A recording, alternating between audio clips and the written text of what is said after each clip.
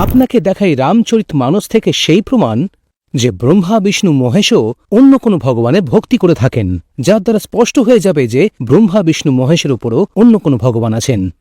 এখন আপনাকে দেখাই রামচরিতমানস থেকে সেই প্রমাণ যার দ্বারা স্পষ্ট হবে যে ব্রহ্মা বিষ্ণু মহেশের ওপরও কোনো ভগবান আছে।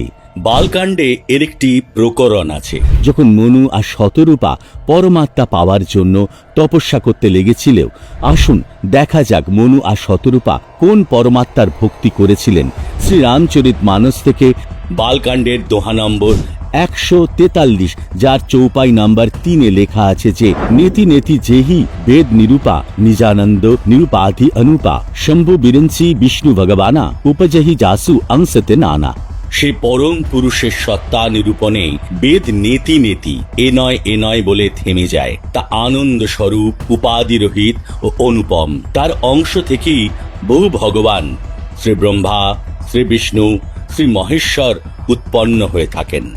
রামচরিতমানসের এই চৌপায়ের ভাবার্থ হল শঙ্খ ব্রহ্মা, বিষ্ণু আর শিবের আত্মারূপে উৎপত্তি সচ্চিদানন্দ ঘন ব্রহ্ম থেকে হয়েছে। এখানে বলার অর্থ এইসব আত্মাগণের উৎপত্তি ওই পূর্ণ পরমাত্মা থেকে হয়েছে।